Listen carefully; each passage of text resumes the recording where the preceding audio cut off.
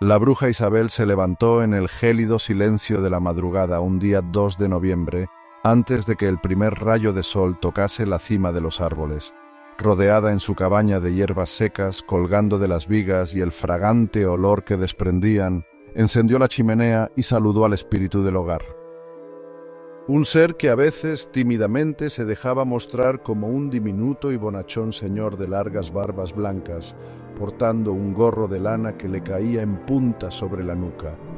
Susurrando palabras antiguas que resonaron en el aire como un murmullo suave y grave, Isabel avivó las brasas sin darle las gracias por los quehaceres domésticos que solía realizar mientras ella dormía, sabiendo que la relación con aquel espíritu era un pacto sagrado, una alianza libre de gratitud y cargada de respeto, y que en el mismo momento en el que ella le diera las gracias, muy a su pesar, el espíritu abandonaría el hogar. Con la paz de la fría mañana a su alrededor, Isabel se preparó una infusión de ortiga, cardomariano y raíz de diente de león, bebidas de limpieza para el cuerpo y el alma, y luego comenzó a cambiar el agua de sus espíritus aliados. Pequeñas figuras de tierra cocida y cajitas de madera con objetos de poder que guardaba en su altar junto a imágenes de santos temidos y retratos de sus ancestros.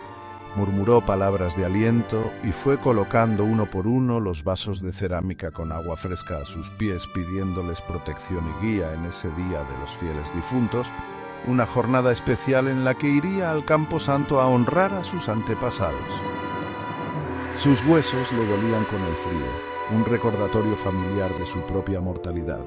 Sin embargo, este dolor también era un vínculo con sus ancestros, una conexión tangible con aquellos que habían caminado antes que ella. Se movía por el pequeño espacio con facilidad aprendida, su larga trenza gris balanceándose como un péndulo a su espalda. Cada rincón de la cabaña tenía una historia, cada objeto un recuerdo, cada paso estaba impregnado de propósito, una conversación silenciosa con los espíritus que compartían su hogar. Isabel sentía su presencia en cada sombra, en cada susurro del viento. Antes de partir, Isabel horneó varios panes y terminó de cocinar un delicioso puchero para compartir con los finados. Los garbanzos y la cebada flotaban en el caldo, evocando la abundancia de la tierra y la conexión con el inframundo. Con cada cucharón que removía en la olla, Isabel recitaba oraciones llamando a la fertilidad y a la protección ancestral que moraba en el reino de los muertos.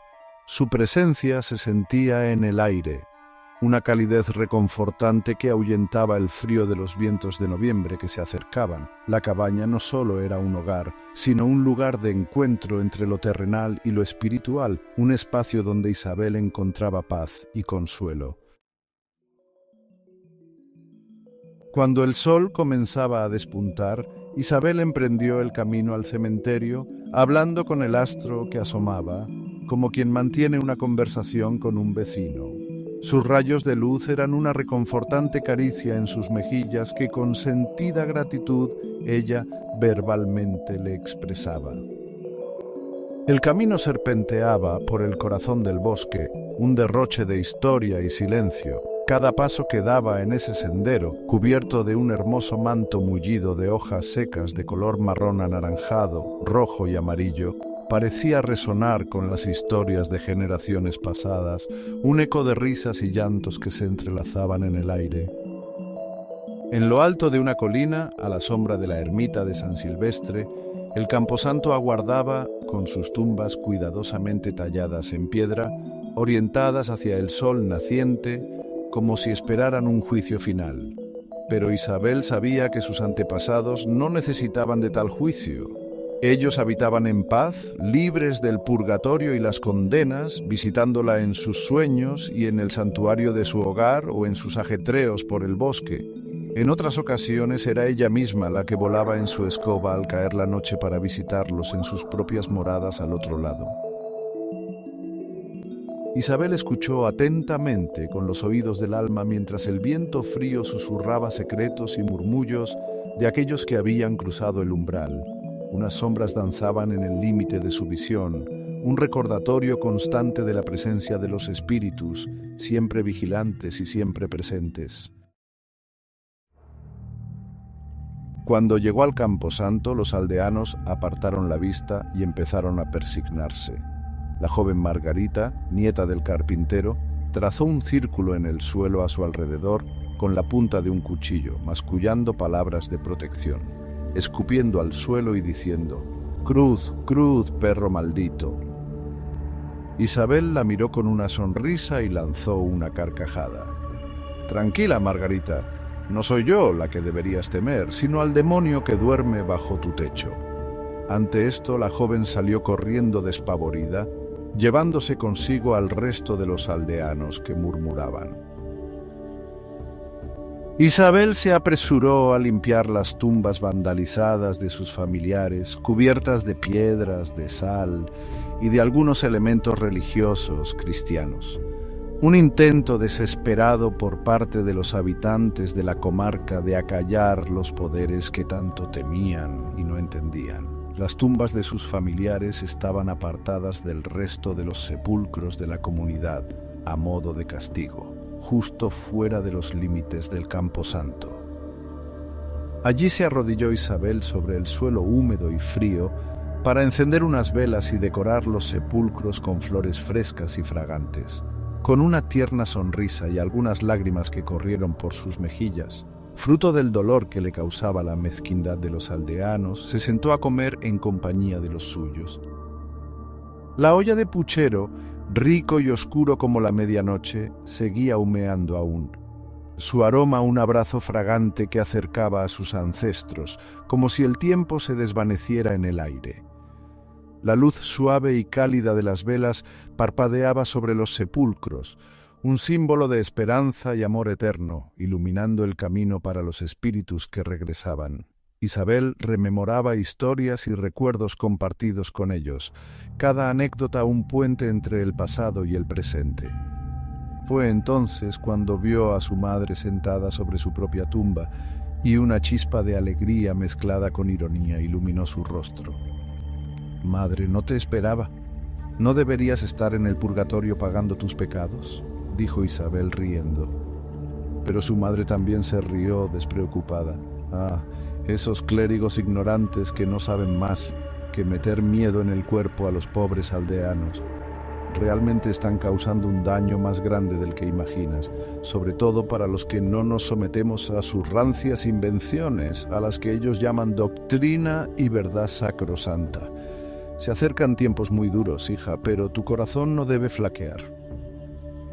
Después, con un tono más grave, la madre de Isabel advirtió: «Emprende ya el viaje de regreso, hija, no te demores más. Vuelve a casa antes de que el peligro se acerque». Isabel, obedeciendo el consejo de su madre, recogió sus cosas y se dirigió de regreso al bosque. En el camino, su fiel espíritu familiar, Sombra, apareció de repente entre los arbustos, ronroneando una advertencia. Rosario, la hija del barbero, venía hacia su cabaña. La misma Rosario que había lanzado un hechizo para separar a Catalina de su esposo, arruinando su matrimonio y sembrando miseria en su vida. De vuelta en su cabaña, Isabel se sentó a recuperar el aliento y vio a Rosario acercarse con el rostro cubierto de lágrimas. La joven cayó de rodillas ante ella implorando: «Por favor, Isabel, ayúdame, me acusan de nigromancia, nadie me estima, ningún varón me quiere tomar por esposa y mis propios padres me han rechazado, no tengo a dónde ir». Isabel la miró con compasión, aunque no sin severidad. «Rosario, ¿quién te mandó a jugar con fuego?», le respondió. «Ahora pagas las consecuencias de tus actos. ¿Acaso no piensas en el daño que causaste? Catalina jamás te hizo mal. Sin razón alguna le robaste su felicidad». Isabel la miró fijamente, su voz era suave pero contundente. «Si quieres hallar un esposo, busca el amor sin malicia, sin dañar a otros. Los caminos de la magia pueden traer fortuna o miseria, y tú elegiste el mal. Acepta las consecuencias y, si quieres redimirte, cambia tu corazón». Rosario, avergonzada, asintió entre sollozos. Isabel prosiguió diciendo: el equilibrio de la vida y la muerte, de la justicia y el castigo, siempre regresa, como las estaciones que giran en un ciclo sin fin. Que este sea un llamado para sanar, no para seguir hundiendo tu vida y la de los demás. Espera aquí, ahora vengo, le dijo Isabel a Rosario. Acto seguido se metió en su cabaña y salió con una jarra de agua sagrada del pozo del roble. ¿Para qué es eso, Isabel? ¿Qué vas a hacer?, dijo con impaciencia y petulancia Rosario. Isabel la miró de reojo, percibiendo su inquietud pero también su desconfianza y altanería. ¿Quieres que te ayude o prefieres que me vuelva a mis quehaceres?, le respondió con firmeza y autoridad. Sí, continúa, quítame la maldición que me devolvió esa malparida, le dijo Rosario con cierto orgullo. Entonces Isabel, armándose de paciencia, tomó una bocanada de aire y haciendo la señal de la cruz sobre la jarra de agua 3 veces, dijo: si en la cruz te mato, con la cruz me das vida, con el Espíritu Santo y la Virgen María. Oh Madre de los remedios, Madre de los pecadores, remédiame lo que tengo y quítame los dolores. Cuando vayas a misa y entres en la iglesia, ¿qué es lo primero que rezas? Un Padre Nuestro y un Ave María. Y arrojando el agua en el suelo frente a Rosario, continuó diciendo: esta agua bendita que te riego aquí es para que te pongas buena y no se me pegue a mí. Rosario la miró con desagrado y con cierta decepción. ¿Ya está? ¿Eso es todo? Pensé que harías algo más elaborado y que invocarías a los demonios para quitarme este mal que me aflige. Sal de aquí, malagradecida, antes de que te retire mi bendición y conjure al mismísimo Lucifer, le contestó enfurecidamente Isabel. La mirada de Isabel se tornó oscura, su presencia imponente. Sombra, su espíritu familiar se transformó en una especie de humo negro que la rodeó, causando un intenso pavor en Rosario y haciendo que se diera media vuelta y saliera huyendo de allí. Un espíritu del bosque, percatándose de lo que había acontecido, hizo resquebrajar una rama de un abedul que cayó sobre Rosario a su paso frente a él. ¡Basta!, dijo Isabel a los espíritus. Ya ha tenido suficiente. Dejad que continúe su camino de regreso a la aldea. La espesa y oscura nube que rodeaba a la bruja comenzó a condensarse a ras del suelo, y Sombra volvió a adoptar su forma felina. Isabel acarició suavemente su suave pelaje negro azabache y le agradeció su ayuda, en lo que volvía a recuperar poco a poco su serenidad interior. Hay corazones que, como la piedra más dura, necesitan las lluvias torrenciales de la vida para erosionarse, para ablandarse, para abrirse. Rosario siempre había sido uno de esos corazones. Desde niña parecía haber nacido con una coraza invisible que se hacía más fuerte con cada decepción, con cada abandono. Era difícil imaginar que un alma tan cerrada pudiera abrirse sin pasar por la tormenta más cruel. Isabel pensó en ello mientras continuaba acariciando a Sombra, que la miraba con ojos de sabiduría muda. ¿Habría esperanza para Rosario? ¿Podía la vida ablandar un corazón como el suyo? ¿O era uno de esos casos en los que ni los golpes más duros serían suficientes? Los recuerdos se amontonaron en su mente. Rosario de pie, defendiendo su orgullo con palabras ásperas que herían a quienes intentaban acercarse. Quebrada en soledad, pero incapaz de admitirlo ni siquiera a sí misma. Isabel sabía que la vida ya había probado suerte con ella. Los fracasos, las pérdidas, las traiciones, todo había pasado por Rosario. Pero más que abrirle las entrañas, parecía haberle añadido nuevas capas de dureza. A veces la vida no actúa como una lluvia que ablanda, a veces es como un martillo que endurece aún más la piedra. Quizá hay almas que no cambian en esta vida, pensó Isabel con tristeza. Quizá necesitan otra oportunidad, en otro lugar, en otro tiempo. Pero a la vez se resistía a creer que el cambio era imposible. Había visto luces mínimas en Rosario, momentos en los que el caparazón se rompía, aunque fuera por un instante. Era cuestión de paciencia, de amor y quizá de un golpe final, lo suficientemente fuerte para atravesar la última barrera. Sombra maulló suavemente, como si estuviera respondiendo a los pensamientos de Isabel. Con su serenidad innata parecía comprender lo que Isabel no podía decir en voz alta. Algunas almas necesitan más de una vida para aprender a vivir con el corazón abierto. Tal vez Rosario era una de esas. Y sin embargo Isabel seguía esperando, porque, al final, siempre hay algo de luz que se filtra incluso en la piedra más dura.